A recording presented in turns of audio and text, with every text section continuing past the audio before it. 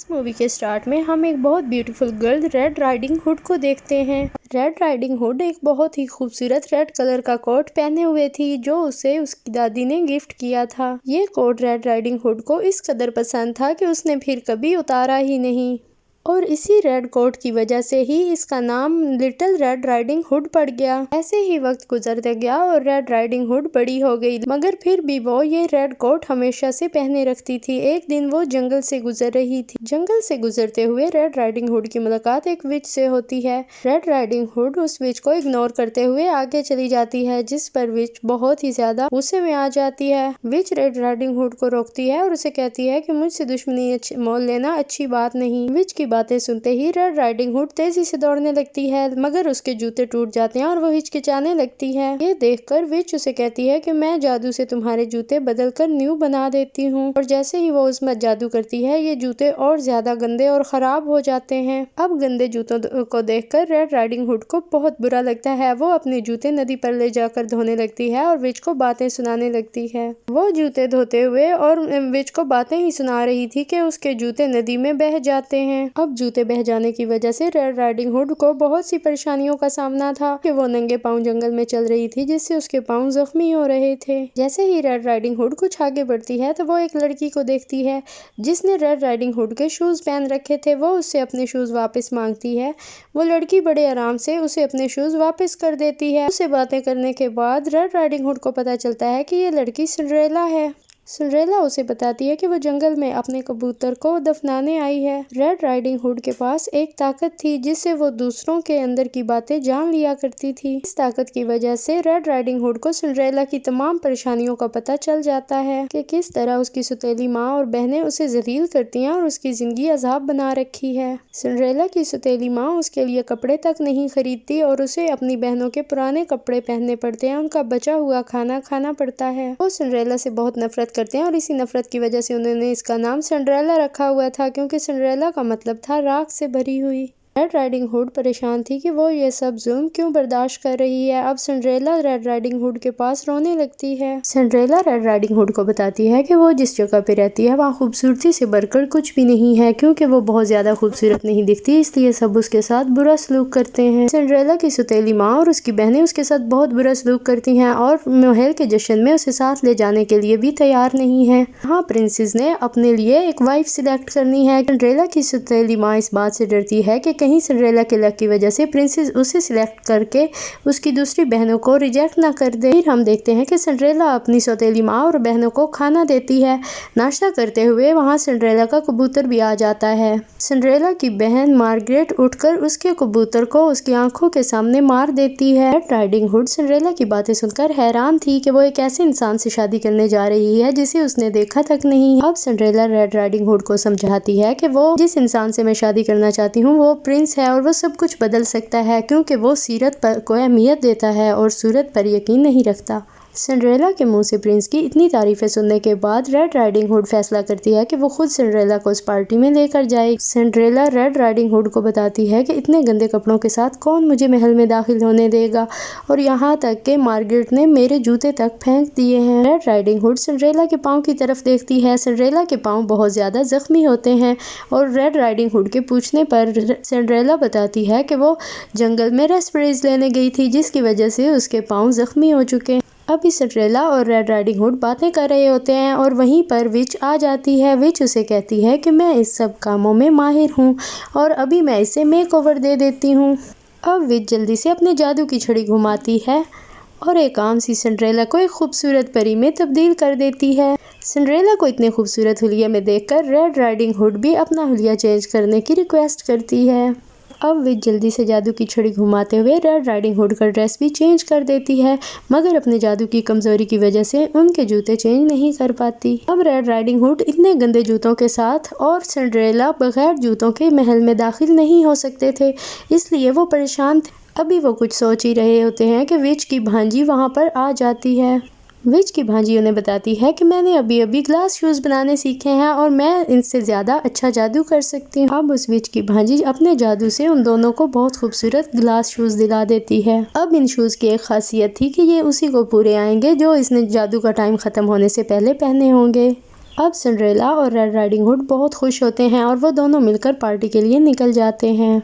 रास्ते में जाते हुए सिंड्रेला और रेड राइडिंग हुड खूब बातें करते हैं और सिंड्रेला रेड राइडिंग हुड का बहुत ज़्यादा शुक्रिया अदा करती है कि उसी की वजह से वो पार्टी में जा पा रही है। सिंड्रेला और रेड राइडिंग हुड के पास सिर्फ 6 घंटे का टाइम था, क्योंकि 6 घंटे के बाद वो जादू ख़त्म होते ही वो अपने असल हुलिये में वापस आ सकती थी, मगर अभी तो वो उस पार्टी में जा रही थी। उनको सारा काम इन 6 घंटे में निपटाना था। जैसे ये दोनों पार्टी में जा रहे होते हैं, रास्ते में ड्राइवर का किसी के साथ एक्सीडेंट हो जाता है। अब ये दोनों गाड़ी से बाहर आते हैं और सिंड्रेला बताती है कि ये तो शाही हेयर ड्रेसर है और इसके पास हेयर स्टाइलिंग की ताकत है जिससे ये किसी की भी लुक बदल सकता है, मगर अब ये मर चुका था। रेड राइडिंग हुड अपनी ताकत से ये अंदाजा लगा लेती है कि ये आदमी पहले का मर चुका है, इसे किसी ने हमें फंसाने के लिए हमारे रास्ते में गिरा दिया है। अब रेड राइडिंग हुड फैसला करती है कि वो इस आदमी की डेड बॉडी को यहीं कहीं छुपा देंगे और अपना सफर जारी रखेंगे, क्योंकि शायद सिंड्रेला को दोबारा ऐसा मौका ना मिल सके। अब सिंड्रेला और रेड राइडिंग हुड दोनों शाही महल के पास पहुंच जाती हैं, जहाँ गार्ड एक बदसूरत लड़की को वहां से भगा रहा था। इन दोनों को देखकर वो इन दोनों को महल में जाने की इजाज़त दे देता है। जैसे ही सिंड्रेला और रेड राइडिंग हुड पार्टी में एंटर होती हैं तो पार्टी स्टार्ट हो चुकी थी। खुशी से डांस कर रहे थे। जैसे ही ये दोनों पार्टी में एंटर होते हैं तो सब लोग सिंड्रेला को देखने लगते हैं और सिंड्रेला बहुत ज़्यादा परेशान हो जाती है। अब रेड राइडिंग हुड सिंड्रेला को समझाती है कि तुम बहुत ज़्यादा खूबसूरत लग रही हो, इसलिए सब तुम्हें देख रहे हैं। सिंड्रेला अपनी सौतेली माँ और अपनी बहनों की वजह से परेशान थी, कहीं वो उसे पहचान ना ले। रेड राइडिंग हुड उसे समझाती है कि ऐसा मुमकिन नहीं है, तुम बिल्कुल अलग लग रही हो। पार्टी में ही उन दोनों को पता चलता है कि सिंड्रेला की सौतेली माँ और उसकी बहनों ने शाही हेयर स्टाइलर से अपने बाल बनवाए हैं और शाही हेयर स्टाइलर ने उन्हें बताया है कि प्रिंस को छोटे बाल पसंद हैं और शाही हेयर स्टाइलर ने सिंड्रेला की बहन के बाल काट दिए, जिसकी वजह से वो अजीब फील कर रही थी। अब हम देखते हैं कि पार्टी में किंग और प्रिंस भी आ चुके थे और सिंड्रेला तो जैसे प्रिंस को देख ही रही थी, मगर रेड राइडिंग हुड को प्रिंस के कपड़े और उसकी हेयर स्टाइलिंग बहुत ही अजीब लग रही थी। किंग प्रिंस से बोलता है कि वो अपने लिए वाइफ तलाश करे, मगर प्रिंस बहुत ज़्यादा परेशान नजर आ रहा था। प्रिंस अपने फादर के ऑर्डर को फॉलो करते हुए आगे बढ़ता है और तमाम लड़कियों को इग्नोर करता हुआ सीधा सिंड्रेला के पास चला जाता है।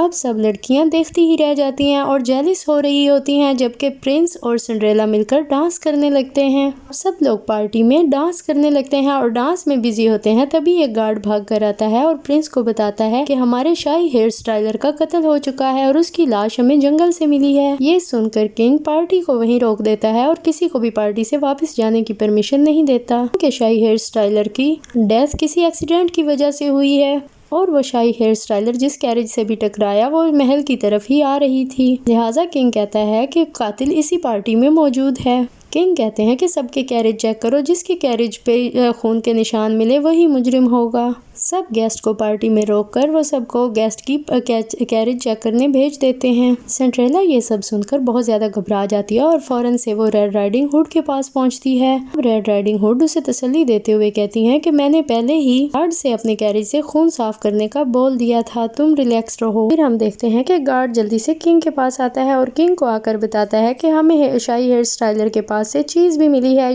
यानी उस कातिल को भी चीज बहुत ज्यादा पसंद है। अब ये बात सुनकर सिंड्रेला और रेड राइडिंग हुड एक दूसरे को देखने लगती हैं। वो राइडर से कहती हैं कि तुम तो एक माउस हो, तुम्हें चीज कैसे पसंद हो सकती है। अब राइडर उन दोनों को बताता है कि मैंने सुबह से ये पहला चीज खाया है। अब सिंड्रेला और ज़्यादा घबरा जाती है और वो रेड राइडिंग हुड को पकड़े जाने के डर से कहती है कि हमें यहाँ से भागना चाहिए। तभी रेड राइडिंग हुड से कहती है कि अगर हम यहाँ से भाग जाते हैं तो सारा शक हम पर चला जाएगा, इसलिए तुम रिलैक्स रहो और यहाँ रहने में ही बेहतरी है। देखते ही देखते रात के 11 बज चुके होते हैं और उनका यहाँ से निकलना अब बहुत ज़्यादा ज़रूरी था। 12 बजे तक उस जादू का असर ख़त्म हो जाएगा, जिसकी वजह से वो इतनी ज़्यादा खूबसूरत नज़र आ रही थी। अब गार्ड दोबारा से किंग की खिदमत में हाजिर होता है और उसे बताता है किसी कैरेज पर से खून का निशान नहीं मिला और उस शाही हेयर स्टाइलर के पोस्टमार्टम के बाद पता चला है कि उसके बॉडी के पीछे जो निशान है वो बहुत पुराना है, लिहाजा उसकी डेथ पहले हो चुकी थी और बाद में उसे किसी ने कैरेज पर फेंका है। गार्ड किंग को मजीद बताता है कि हमें शाही हेयर स्टाइलर के घर पर उस खून से भर लथपथ स्टोन भी मिले हैं, जिससे ये बात साबित होती है कि उस हेयर स्टाइलर का खून उसके घर पे ही हुआ है। उन्हें शाही हेयर स्टाइलर के घर से और भी बहुत सी चीज़ें मिली हैं जो किंग की खिदमत में पेश की जाती हैं। इन चीज़ों में कुछ लड़कियों के बाल भी थे और उनकी पोनी भी। जैसे ही वो उन बालों को देखती है, सिंड्रेला रेड राइडिंग हुड को बताती है कि ये उसकी बहन अयाना के बाल हैं। अब यहाँ गार्ड अंदाज़ा लगाते हैं कि उसने शायद किसी लड़की के बाल गलत काट दिए हैं, इसी वजह से गुस्से में उस लड़की ने उसका मर्डर कर दिया। यानी उनके कहने का मतलब था कि हेयर स्टाइलर को किसी छोटे बाले वाली लड़की ने मारा है। अब तमाम छोटे बाले वाली लड़की को आगे बुला लिया जाता है, जिनमें अयाना भी थी। अब रेड राइडिंग हुड आगे बढ़ती है और किंग से कहती है कि इन सब बालों पर रिबन लगे हुए हैं। अगर ये लड़कियां अपनी खुशी से बाल कटवाने गई होती तो इनके बालों पर रिबन नहीं लगे होते, यानी इन लड़कियों के बाल जानबूझकर ज़बरदस्ती काटे गए हैं। अब रेड राइडिंग हुड वापस मुड़ती है और अयाना से सारी स्टोरी बयान करने को कहती है। अब अयाना आगे बढ़ती है और किंग को बताती है कि मैं बहुत ज़्यादा खुश थी क्योंकि मेरी मदर ने बहुत ज़्यादा पैसे लगाकर मुझे शाही हेयर स्टाइलर के पास भेजा था। जैसे ही मैं हेयर स्टाइलर के पास पहुंची, उसने मुझे बताया कि प्रिंस को छोटे बालों वाली लड़कियां पसंद है, और ये कहते हुए उसने मेरे बाल ज़बरदस्ती काट दिए, जिस पर मैं कुछ भी नहीं कर सकी और इस तरह उसकी आंखों में आंसू आ गए। अब अयाना की माँ ने इस बात का फ़ायदा उठाते हुए फ़ौरन प्रिंस से कहा कि मेरी बेटी ने तुम्हारे लिए बहुत बड़ी कुर्बानी दी है, लिहाजा तुम्हें मेरी बेटी को ही अपनी वाइफ चुनना चाहिए। ये बात सुनते ही तमाम छोटे बालों वाली लड़कियां अपनी अपनी बात से लड़ने लगती हैं, मगर प्रिंस इन सबको इग्नोर करते हुए किंग को बताता है कि मैंने एक अफवाह सुनी है कि हमारा शाही हेयर स्टाइलर लंबी बालों वाली लड़कियों से जलता था। वो चाहता था कि तमाम लड़कियाँ अपने बाल कटवा कर मॉडर्न नजर आएं, और जो लड़कियां उसकी बात मानकर बाल नहीं कटवाती थी वो ज़बरदस्ती उनके बाल काट दिया करता था। अब किंग रेड राइडिंग हुड को अपना ओपिनियन दोबारा से देने को कहता है, जिस पर अयाना बोलती है और कहती है कि वो सुबह शाही महल की नुकरानी के साथ महल में दाखिल हुई ताकि वो छुप के प्रिंस को इम्प्रेस कर सके। अयाना बताती है कि जैसे ही वो प्रिंस के रूम के करीब पहुंची तो अंदर शाही हेयर स्टाइलर और प्रिंस के दरमियान लड़ाई चल रही थी। जब किंग प्रिंस से ये राय मांगता है तो प्रिंस इस पर हाँ बोल देता है कि अयाना ठीक कह रही है। शाही हेयर स्टाइलर दोपहर में मेरे पास आया था और मुझे उसके सामान में अपनी गर्लफ्रेंड जिमी के बाद मिले थे। जब मैंने उसे जिमी के बालों के बारे में पूछा तो वो उल्टा वजाहत देने के बजाय मुझे ब्लैकमेल करने लगा। असल में जिमी जो प्रिंस की गर्लफ्रेंड थी वो महल की नुकरानी थी, इसलिए किंग को प्रिंस का जिमी के साथ रिश्ता कबूल नहीं था। सिर्फ यही नहीं कि एक दिन जिमी अचानक महल से गायब हो गई और आज तक पता नहीं चल सका कि जिमी कहाँ है। किंग को ये भी बताते हैं कि मुझे समझ आई जैसे जिमी के गायब होने में आप ही का हाथ है, इसलिए मैंने आपका ताज भी तोड़ दिया। जबकि किंग प्रिंस को बार बार बता रहे होते हैं कि मुझे तो खुद नहीं पता कि जिमी कहाँ है। अब पार्टी में मौजूद तमाम लोगों को लग रहा था कि प्रिंस ने शाही हेयर स्टाइलर को गुस्से की वजह से मार दिया, जिस पर प्रिंस बताता है कि ऐसा कुछ भी नहीं है क्योंकि शाही हेयर स्टाइलर मुझसे खानदानी शीशा मांगते हुए वहाँ से चला गया था। और ताज तोड़ने वाली बात तो आज खुद मैं पार्टी के बाद किंग को बताने वाला था, लेकिन अब कोई भी प्रिंस की बात का यकीन नहीं कर रहा था क्योंकि जिस वक्त हेयर स्टाइलर का कत्ल हुआ उस वक्त प्रिंस भी अपनी पार्टी से गायब था। इस बात पे भी प्रिंस बताता है कि वो अपने दिमाग को सुकून देने के लिए एक पहाड़ी पर गया था, लेकिन वहाँ भी कोई मौजूद नहीं था। अब प्रिंस को अपनी सच्चाई साबित करने के लिए कोई गवाह नहीं मिल रहा था, लिहाजा किंग प्रिंस को जेल में बंद करने का ऑर्डर दे देते हैं। जैसे ही प्रिंस वहां से जाता है, रेड राइडिंग हुड को उसके कपड़ों से गिरा हुआ कांटा मिलता है और सिंड्रेला भी जल्दी से रेड राइडिंग हुड को वहां से जाने का बोलती है क्योंकि इन दोनों को यकीन था कि प्रिंस किसी इंसान का कत्ल नहीं कर सकता। तभी वहां महल में एक बदसूरत लड़की आती है जिसका मुंह तो नजर नहीं आ रहा था, मगर वो किंग को बताती है कि प्रिंस पहाड़ी पर ही मौजूद था क्योंकि वो उसी पहाड़ी के करीब रहती है और उसने प्रिंस को खुद पहाड़ी पर बैठे हुए देखा था। किंग को सबूत मिलते ही फौरन अपने बेटे को आज़ाद करने का हुक्म देता है। तभी वहाँ सिंड्रेला की माँ फौरन से बोलती हैं और वो किंग को याद दिलाती हैं कि आप ही का रूल है कि बदसूरत इंसान की कोई वैल्यू नहीं है। वो किंग से कहती है कि हो सकता है ये लड़की पैसों के लालच में झूठ बोल रही हो। अब किंग अपनी बात का पास रखने के लिए उस लड़की को महल से बाहर निकलवा देता है और सब तरफ खामोशी हो जाती है। अब रेड राइडिंग हुड आगे बढ़ती है और बात स्टार्ट करती है। रेड राइडिंग हुड किंग से कहती है कि ये एक बेगुनाह के साथ जुल्म है। रेड राइडिंग हुड ये भी कहती है कि अगर प्रिंस ने ये सूट पहली दफ़ा देखा है तो ये कांटा जो मेरे हाथ में है ये उन्हीं के सूट से गिरा है। इसका मतलब है कि वो पहाड़ी पर ही मौजूद थे, यानी वो लड़की और प्रिंस सच बोल रहे हैं। ये सुनते ही किंग बहुत खुश होता है और वो प्रिंस को आज़ाद कर देता है। प्रिंस को आज़ाद करने का हुक्म देते हुए तमाम लोगों को भी पार्टी से जाने की इजाज़त दे देता है। अब 12 बजने वाले थे, लिहाजा रेड राइडिंग हुड और सिंड्रेला भी फौरन वहाँ से भाग जाते हैं ताकि जादू खत्म होने से पहले वो वापस पहुँच सकें।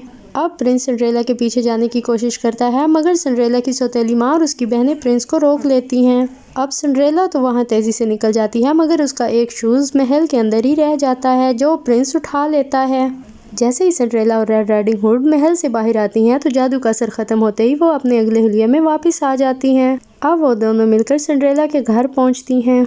अब सिंड्रेला और प्रिंस के मिलने का एक ही रास्ता वो खोया हुआ जूता था। प्रिंस सिंड्रेला का जूता हाथों में लिए कुछ सोच रहा होता है कि अचानक किसी शोर की वजह से रेड राइडिंग हुड की आंख खुल जाती है। रेड राइडिंग हुड बाहर की तरफ निकलती है जहां उसकी मुलाकात सिंड्रेला की सौतेली बहन से होती है। सिंड्रेला की सौतेली बहन रेड राइडिंग हुड को बताती है कि उसने ही शाही हेयर स्टाइलर का कत्ल किया है।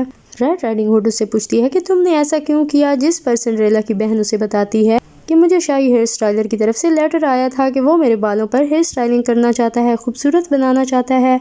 जैसे ही मैं उसके पास पहुंची, उसने उसका घर का दरवाज़ा खोला तो किसी ने पीछे से उस पर वार कर दिया, जिससे वो मुकम्मल बेहोश तो नहीं हुई मगर मदहोशी के आलम में उसे कुछ नज़र भी नहीं आ रहा था। जैसे ही वो मुकम्मल तौर पर होश में आई तो उसके हाथ में एक स्टोन था और सामने शाही हेयर स्टाइलर की लाश पड़ी थी। क्योंकि मैं अपनी बेगुनाही साबित नहीं कर सकती थी, इसलिए मैं लाश लेकर जंगल में गई और मौका देखते ही उसे कैरेज के आगे फेंक दिया था। अब रेड राइडिंग हुड मार्गरेट से कुछ और भी याद करने को कहती है, जिस पर मार्गरेट कहती है कि जैसे ही मैं शाही हेयर स्टाइलर के रूम में पहुंची, वहां पर अयाना के बाल थे और अयाना को अपने बालों से बहुत ज़्यादा प्यार था। मार्गरेट अब रेड राइडिंग हुड को बताती है कि मुझे शक है कि अयाना के बाल काटने की वजह से अयाना ने शाही हेयर स्टाइलर का कत्ल किया है। अभी ये दोनों बातें कर रहे होते हैं कि वहाँ पर शाही गार्ड्स आ जाते हैं, जिस पर रेड राइडिंग हुड उसे कातिल कहते हुए उनके हवाले कर देती है। जैसे ही वो मार्गरेट को ले जाते हैं तो वो उनके बड़े गार्ड से कहती है कि वो कातिल नहीं है, मैंने बस उसकी बुराई ठीक करने के लिए, उसे सबक सिखाने के लिए ऐसा बोला है। अब रेड राइडिंग हुड मज़ीद सबूत हासिल करने के लिए शाही हेयर स्टाइलर के घर जाती है, जहां शाही गार्ड भी उसके साथ मौजूद था। रेड राइडिंग हुड को शाही हेयर स्टाइलर के घर से एक टूटी ग्लास शूज़ की हील भी मिलती है, जिससे उसे विजन आने लगते हैं जैसे शाही हेयर स्टाइलर की कातिल सिंड्रेला है। अब यहाँ से सीन कट होता है और हम सिंड्रेला को देखते हैं। सिंड्रेला के पास प्रिंस शूज़ लेकर आता है जो उसके पाँव में फिट आ जाते हैं। सिंड्रेला तो जैसे हवाओं में उड़ने लगती है कि वो प्रिंस की वाइफ बनने जा रही है। तभी वहाँ पर रेड राइडिंग हुड आ जाती है और वो सबको बताती है कि सिंड्रेला प्रिंस की वाइफ नहीं बल्कि एक कातिल है। रेड राइडिंग हुड सबको बताती है कि सिंड्रेला को शाही हेयर स्टाइलर ने उसके बालों की वजह से अपने पास हेयर स्टाइलिंग के लिए बुलाया था और सिंड्रेला ने अपने बालों को बचाने के लिए शाही हेयर स्टाइलर को मार डाला। और फिर सिंड्रेला ने अपने खून का इल्ज़ाम अपनी बहन मार्गरेट पे डालने के लिए उसे एक लेटर लिखा और वहाँ बुलाकर अपनी बहन को बेहोश कर दिया और उसके हाथ में खून में लथपथ स्टोन थमा दिया। मगर मार्गरेट पूरी तरह बेहोश नहीं हुई थी, इसलिए उसने मुड़ के हील से वार किया और उसकी हील टूट गई जो वहीं मौजूद थी। सिंड्रेला का प्लान तो था कि प्रिंस के गार्ड शीशा लेकर सिंड्रेला के घर आएंगे और मार्गरेट को पकड़ लेंगे, मगर ऐसा नहीं हुआ और मसला इतना ज़्यादा बढ़ गया। और सिंड्रेला के शूज़ मार्गरेट ने नहीं लिए थे, बल्कि सिंड्रेला ने अपने शूज़ को अपने कबूतर के साथ दफना दिया था, इसलिए सिंड्रेला के पाँव इतने ज़्यादा ज़ख्मी हैं। सिर्फ ये ही नहीं बल्कि ये भी कि ग्लास शूज़ जिसके होते हैं उसी को फिट आते हैं। इसलिए सिंड्रेला शाही हेयर स्टाइलर के पास जाने से पहले टेटला से मिलती है, जिसने उसे एक दूसरे ग्लास शूज़ दिए थे, जिसका प्रूफ टेटला खुद वहाँ आकर देती है। और वो कहती है कि वो सिंड्रेला के साथ रेड राइडिंग हुड को इस वजह से नहीं पहचान सकी क्योंकि उनका हुलिया बदल चुका था। अब सारे सबूत सिंड्रेला के सामने थे और अपना गुनाह कबूल करने के अलावा उसके पास अब और कोई रास्ता नहीं था। अब प्रिंस सिंड्रेला को जेल भेज देता है, मगर ये कहानी यहाँ पर ख़त्म नहीं होती। सिंड्रेला के जाने के बाद रेड राइडिंग हुड प्रिंस को बताती है कि शाही हेयर स्टाइलर ने जिमी के बाल तो काटे, मगर वो उसके बाल काटते हुए उसके मुंह पर कैंची का निशान भी आ गया था, क्योंकि जिमी को अब यकीन हो चुका था कि किंग उसे कभी भी प्रिंस की वाइफ की सूरत में एक्सेप्ट नहीं करेंगे, इसलिए वो वहाँ से गायब हो गई। इसके बाद रेड राइडिंग हुड उस बदसूरत लड़की को लेकर आती है जो किंग के सामने प्रिंस की बेगुनाही का सबूत देने आई थी और उसके मुंह पर नकाब था। वो जेमी ही थी जो प्रिंस से दूर तो हो गई, मगर वो अभी भी प्रिंस से बहुत प्यार करती है, इसलिए वो इसको छुप छुप कर देखती थी। अब प्रिंस जेमी से कहता है कि मुझे इस निशान से कोई फर्क नहीं पड़ता और वो जेमी से ही शादी करेगा। फिर लास्ट सीन में हम देखते हैं कि प्रिंस किंग को मनाकर जेमी से शादी कर लेता है और हंसी खुशी रहने लगता है। अब अपना काम पूरा करने के बाद रेड राइडिंग हुड उनको अलविदा कहते हुए वहाँ से चली जाती है। अब यहीं पर सिंड्रेला और रेड राइडिंग हुड की स्टोरी खत्म हो जाती है।